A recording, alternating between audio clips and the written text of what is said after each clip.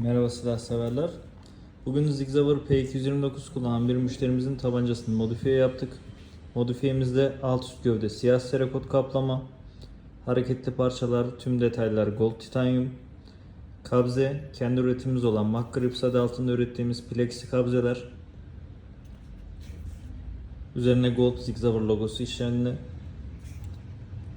Müşterimize iyi günlerde kullanması dileğiyle diyoruz. Takip ve beğenilerinizi bekliyoruz.